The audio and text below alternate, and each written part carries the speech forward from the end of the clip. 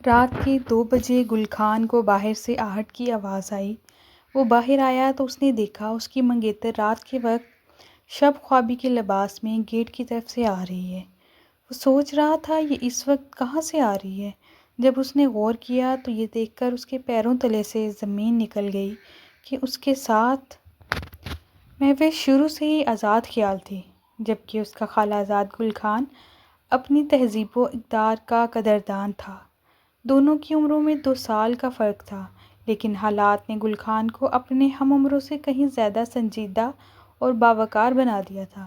دونوں نے ایک ہی گھر میں ایک چھت تلے پرورش پائی، لیکن ان کی سوچوں میں زمین آسمان کا فرق تھا۔ مہوش مغربی تہذیب کی دلدادہ اور گل خان مشرقی اتوار کا حامل نوجوان تھا۔ سوچوں کے اس تضاد نے انہیں ایک دوسرے سے دور کر دیا تھا۔ مہوش کا معمول تھا کہ وہ روزانہ شام کو اپنی سہیلیوں کے ہمراہ گھر کے لان میں کبھی ٹی وی پارٹی کا اہتمام کرتی تو کبھی مل بیٹھنے اور گپ شپ کے بہانے تقریب سجا لیا کرتی تھی۔ اس روز بھی کچھ ایسا ہی اہتمام کیا گیا تھا۔ اس دوران گل خان اپنے کمرے سے باہر نکلا تو لڑکیوں کی نظر اس پر پڑی تو ان میں سے ایک گویا ہوئی، مہوش لڑکا گھر میں ہے، تمہارے ماں باپ کو تمہارا رشتہ باہر سے ڈھونڈنے کی کیا ضرورت ہے؟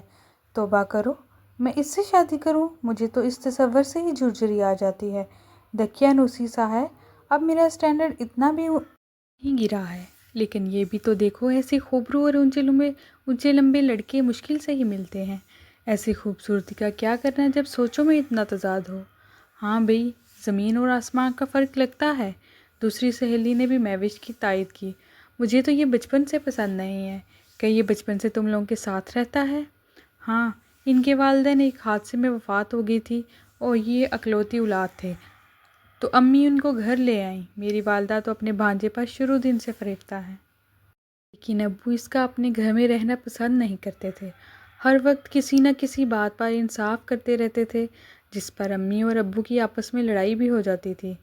بالآخر میرے والد نے ہی صبر کر کے اس کو برداشت کر لیا۔ یہ آخری 2 فقرے گل خان نہ سن سکا اور خالو کے کمرے میں چلا گیا۔ یہ حقیقت تھی کہ گل نے بڑی مشکل سے اپنے خالو کے دل میں جگہ بنائی تھی۔ اس کی کوشش ہوتی کہ کسی طرح ان کو خوش رکھے۔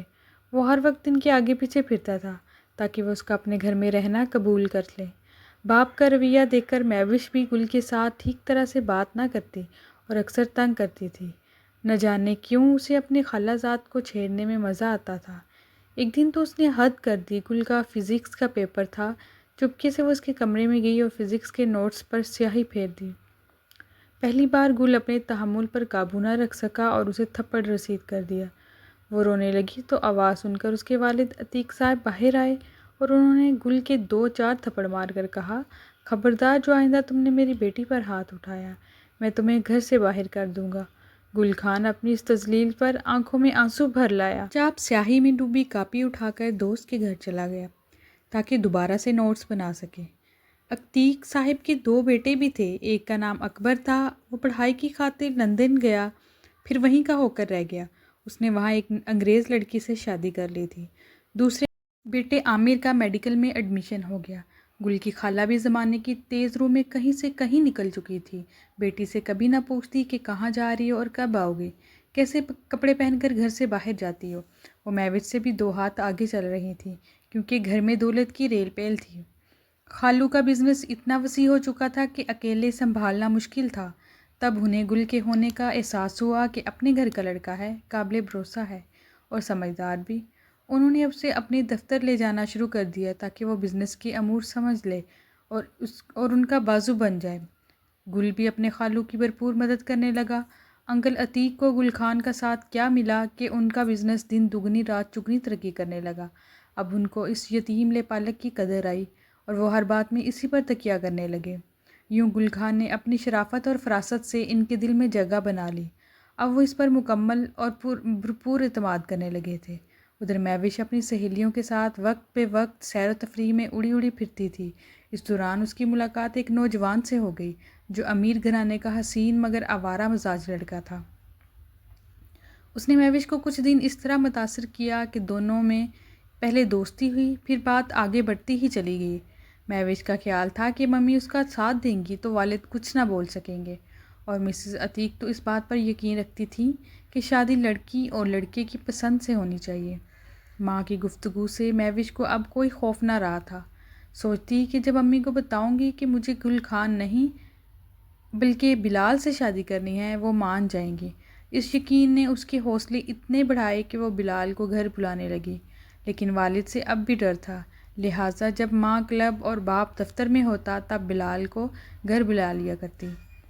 گل اپنے خالو کے ہمراہ صبح نکلتا اور شام کے بعد لوٹتا، پھر نوکروں کی کیا مجال جو مہوش کی سرگرمیوں سے والدین کو آگاہ کرتے۔ پہلے مہوش بلال کو دن کے وقت بلاتی تھی، لیکن جب اس کا بھائی عامر چھٹیوں پر ہاسٹل سے گھر آیا تو بلال کو گھر بلانا اس کے لیے ممکن نہ رہا۔ اگر کسی کی طرف سے مخالفت کا اسے خطرہ تھا تو وہ عامر ہی تھا، کیونکہ وہ گل خان کی خوبیوں کا معترف تھا۔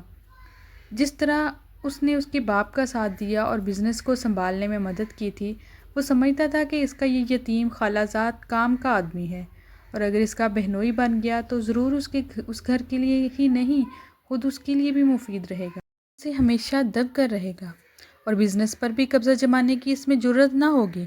ایک رات 2 بجے کا وقت تھا اور سبھی گھر والے سو رہے تھے۔ گل خان نے گھر کے پچھواڑے کسی کے قدموں کی آہٹ سنی، اس خیال سے کہ کہیں کوئی بری نیت سے گھر میں داخل نہ ہو گیا ہو۔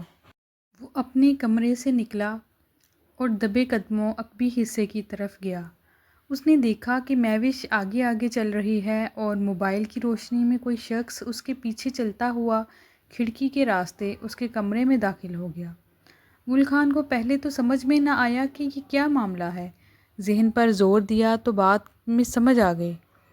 مہوش نے عقبی گیٹ کھول دیا تھا جہاں سے یہ اجنبی اندر آ گیا، کیونکہ سامنے والے گیٹ پر چوکیدار موجود تھا۔ یہ نظارہ گل خان نے دیکھا تو بہت پریشان ہوا۔ اس وقت کسی کو آگاہ کرنا بھیڑوں کے چھتے میں ہاتھ ڈالنے کے مترادف تھا۔ جو منظر اپنی آنکھوں سے دیکھ لیا تھا اس کو بھی جھٹلایا نہ جا سکتا تھا۔ مہوش کو تو یوں بھی اس سے اللہ واسطے کا ویر تھا، لہٰذا خون کے گھونٹ پی کر خاموشی سے کمرے میں چلا گیا۔ اس وقت رات کے 3 بجے تھے۔ دن بھر کے تھکے خالو اپنے کمرے میں گہری نیند سو رہے تھے۔ خالہ اور عامر بھی خواب خرگوش کے مزے لے رہے تھے۔ بس ایک وہی جاگ رہا تھا، اب بلا نیند کیوں کر آ سکتی تھی۔ وہ جاگتا رہا اور تجسس کے مارے دبے قدموں سیڑھیوں سے ہوتا چھت پر چلا گیا۔ ٹھنڈی ہوا چل رہی تھی، فضا میں خنکی تھی، لیکن اس کے اندر جوالا مکھی کھول رہا تھا، جیسے کسی نے اس کو جہنم میں دھکا دے دیا ہو۔ وہ کافی دیر تک چھت پر ٹہلتا رہا، یہاں تک کہ عقبی گیٹ سے کسی کو جاتے دیکھا۔ مہوش ساتھ ساتھ تھی۔ اجنبی باہر نکل گیا اور مہوش نے آہستگی سے گیٹ کو بھیڑ دیا۔ وہ اس وقت شب خوابی کے لباس میں تھی اور اب واپس گھر کے دروازے کی طرف آ رہی تھی۔ جیسے ہی وہ کوریڈور میں آئی، گل خان نے مہوش کو پکارا، ٹھہرو مہوش، اس وقت باہر کیوں گئی تھی؟ آدھی رات کو؟ میری مرضی، یہ میرا گھر ہے، تم یہاں کیا کر رہے ہو؟ میں عقبی گیٹ کو بند کرنے گیا تھا، تم اسے لاک کرنا بھول گئی تھی۔ اگر انکل یا عامر کو علم ہو گیا تمہاری سرگرمیوں کا تو سوچو پھر تمہارا کیا بنے گا۔ کون سی سرگرمیاں ہیں میری؟ تمہارا کیا مطلب ہے؟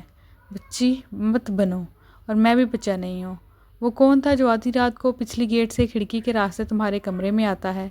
بکواس مت کرو، وہ گرائی۔ اگر زبان کھولی تو ایسا بدلہ لوں گی کہ عمر بھر یاد کرو گے۔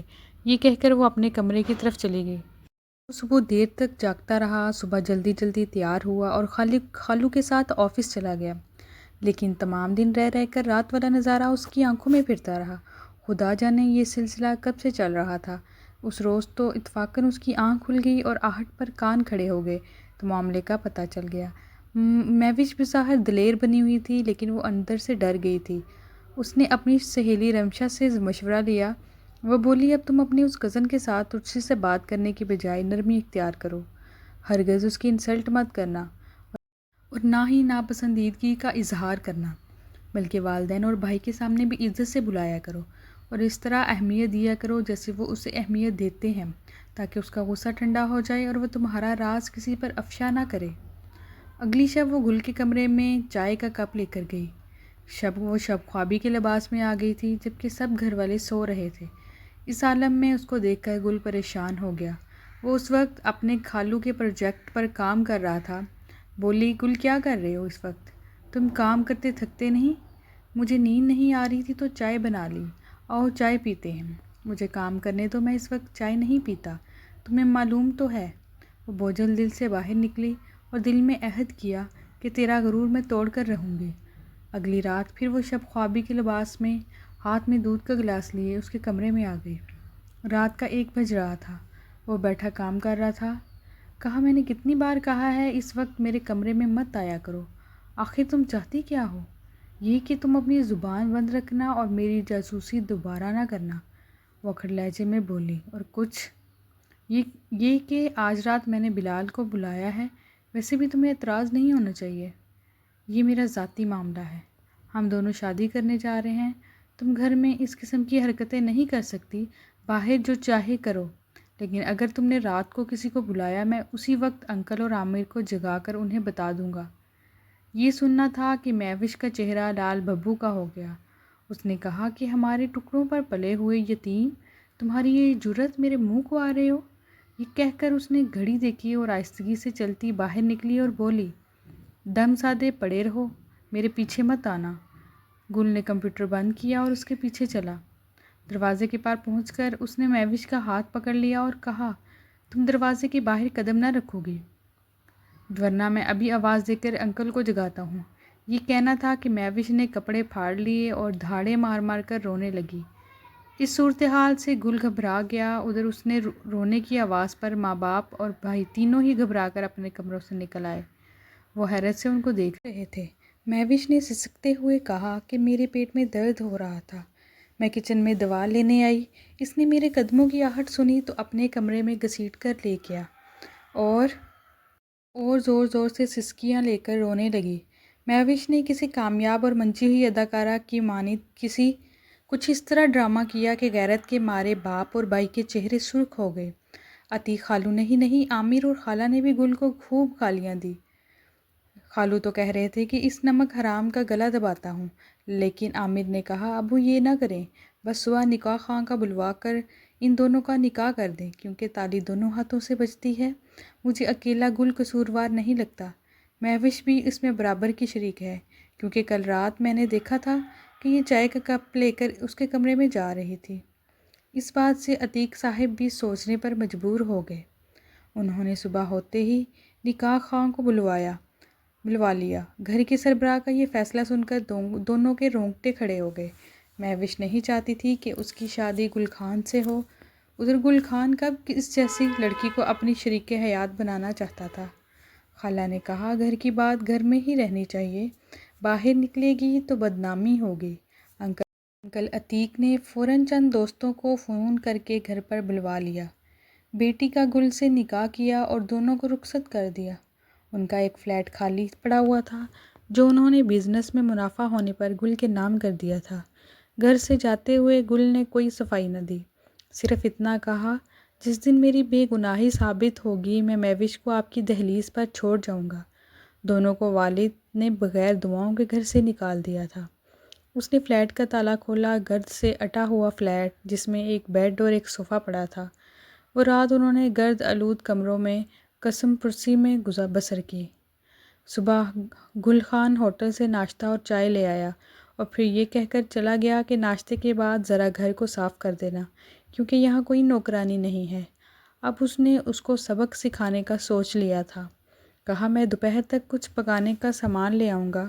ناچار مہوش نے جھاڑو ہاتھ میں پکڑی اور گھر کی صفائی کی۔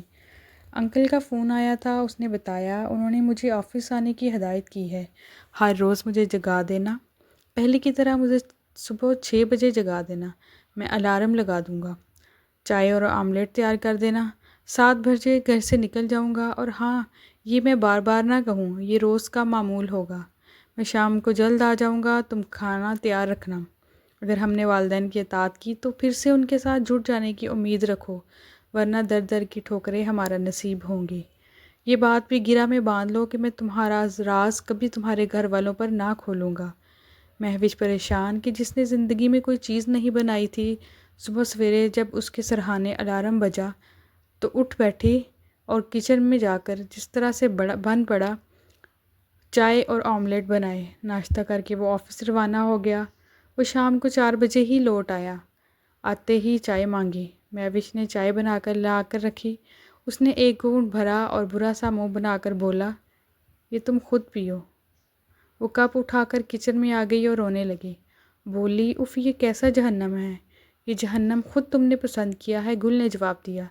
تھوڑی دیر بعد وہ گھر سے نکلا تو لاک لگانے کی آواز آئی، جس سے اس کو بڑی تکلیف ہوئی۔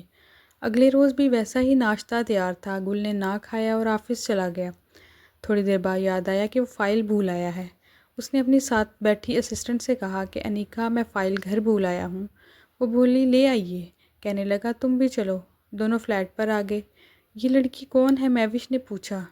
یہ میری کولیگ ہے۔ اس پر انیکا نے سوال کیا، یہ کون ہے؟ یہ میری نوکرانی ہے، گل خان نے جواب دیا۔ مہوش یہ بات سن کر بڑی دکھی ہوئی، لیکن منہ سے کچھ نہ بولی۔ اسے یہ بتاتے ہوئے شرم آئی کہ جس سیٹ کی تم ملازمہ ہو، میں اس کی بیٹی ہوں، اور سزا کے طور پر انہوں نے مجھے یہ زندگی دی ہے۔ اب وہ سارا دن کھانا پکانے کی ترکیبوں والی کتابوں کا مطالعہ کرتی تاکہ گل کا دل رام ہو جائے، کیونکہ اس کو اپنی غلطی کا احساس ہو گیا تھا۔ اس نے سوچ لیا تھا کہ اب گل ہی سے نباہ کرنا ہے، اس کے لیے خود کو بدلنا ہے۔ جانے کب اور کس لمحے یہ سوچ اس کے دل میں جاگزی ہو گئی۔ ایک ماہ اس طرح گزرا۔ وہ دعا کرتی، اے اللہ میرے والد کے دل میں رحم ڈال دے، وہ آ کر مجھے گلے لگا لیں۔ ایک روز اسی طرح دعا کر رہی تھی کہ بیل ہوئی۔ گل نے در کھولا۔ سامنے عتیق صاحب اور ان کی بیگم کھڑے تھے۔ وہ آتے ہی گل کے گلے لگ گئے۔ بیٹا، ہمیں معاف کر دو، رمشا نے سب کچھ ہمیں بتا دیا ہے۔ تمہاری رگوں میں شریف ماں باپ کا خون ہے، جانتے بوجھتے ہماری خاطر تم نے یہ کڑوا گھونٹ بھرا ہے۔ انکل، مجھے آپ سے کوئی گلہ نہیں، میں نے آپ کا نمک کھایا ہے، آپ نے اور خالہ نے مجھے پالا ہے، میں اس احسان کا حق ادا نہیں کر سکتا۔ مہوش کا بھی کوئی قصور نہیں، اگر اس کو شروع ہی سے روکا ٹوکا جاتا تو اس سے ایسی غلطی نہ ہوتی۔ آپ اسے معاف کر دیں، اور میری طرف سے اجازت ہے، اگر میں آپ کی بیٹی کو پسند نہیں ہوں تو یہ مجھے چھوڑ کر جا سکتی ہیں، جو پسند ہو اس کے ساتھ زندگی گزار لیں۔ یہ باتیں سن کر مہوش رونے لگی۔ باپ اور ماں سے بات کرنا چاہی تو باپ نے منہ پھیر لیا۔ ڈیڈی پلیز، مجھے اپنی غلطی کا احساس ہو گیا ہے، میں شرمندہ ہوں۔ آپ نے منہ پھیر لیا تو میں مر جاؤں گی۔ مر تو گئی ہو ہمارے لیے، گل کا احسان مند ہوں جس نے تمہاری لاش کو کندھوں پر اٹھا لیا اور یہاں لے آیا۔ جو بیٹیاں والدین کا سر جھکا دے ان کا مر جانا ہی اچھا ہوتا ہے۔ ابو پلیز معاف کر دیں۔ وہ باپ کے قدموں میں بیٹھ گئی۔ اب گل کے ساتھ زندگی گزارنا چاہتی ہو یا نہیں، بتا دو۔ ہاں، میں انہی کے ساتھ زندگی گزارنا چاہتی ہوں۔ اب انہی کے ساتھ میرا جینا اور مرنا ہے، اگر یہ مجھے معاف کر دیں۔ میں نے معاف کر دیا تہ دل سے۔ انکل، آپ بھی معاف کر دیں، یہ آپ کی بیٹی ہے اور انسان خطا کا پتلا ہوتا ہے۔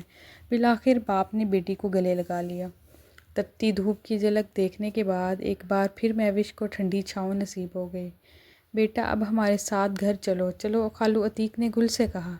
انکل، آپ بیٹی کو لے جائیے، گل نے انکار کر دیا۔ اچھا، تو تمہارا مطلب ہے کہ تم نے میری بیٹی کو قبول نہیں کیا؟ میرا مطلب آپ کا دل دکھانا نہیں تھا۔ بیٹا، تم دونوں کا نہیں، قصور تو میرا ہے۔ کیوں اپنی بیٹی پر نظر نہیں رکھی، اسے اپنی تہذیب اور اقدار سے دور جانے دیا؟ بچے تو بچے ہوتے ہیں، وہ تو غلطیاں کرتے ہیں، ان کو روکنا ہمارا کام ہوتا ہے۔ انکل، ہم کل آ جائیں گے۔ رات کو جب گل بستر پر لیٹا، اسے احساس ہوا کہ اس نے مہوش کے ساتھ برا رویہ رکھا ہے۔ وہ بے قراری سے اپنے کمرے میں ٹہلنے لگا۔ اس کی ہمت نہیں ہو رہی تھی کہ دوسرے کمرے میں جائے جہاں مہوش فرش پر گدا ڈال کر اکیلی ہی سوتی تھی۔ بالآخر ہمت کر کے اس کے کمرے میں گیا اور اس کو منا کر کہا، گزرا وقت واپس نہیں لوٹ سکتا، اس لیے تکلیف دہ ماضی کو بھلا دینا ہی بہتر ہے۔ آج سے ہماری نئی زندگی شروع ہو رہی ہے۔ مجھے اور تمہیں اب خود سے زیادہ والدین کا خیال اور پاس رکھنا ہے، انہیں ہماری طرف سے کوئی تکلیف یا رنج نہ پہنچے۔ میں پورے دل کے ساتھ تمہاری طرف آیا ہوں، تمہارے دل میں اب بھی کچھ ہے تو مجھے بتلا دو۔ کچھ نہیں ہے، صبح لسٹ بنا دوں گی، کچن کا سامان منگوانا ہے، وہ لا دینا، مجھے کھانا پکانے میں دقت ہوتی ہے۔ یوں اللہ نے دو دلوں کو سکون کے ساتھ نئی اور پاکیزہ زندگی بسر کرنے کا جذبہ عطا کر دیا۔ اگر آپ مزید دلچسپ کہانیاں سننا چاہتے ہیں تو پلیز میرے چینل کو سبسکرائب کریں اور ویڈیو کو لائک کریں۔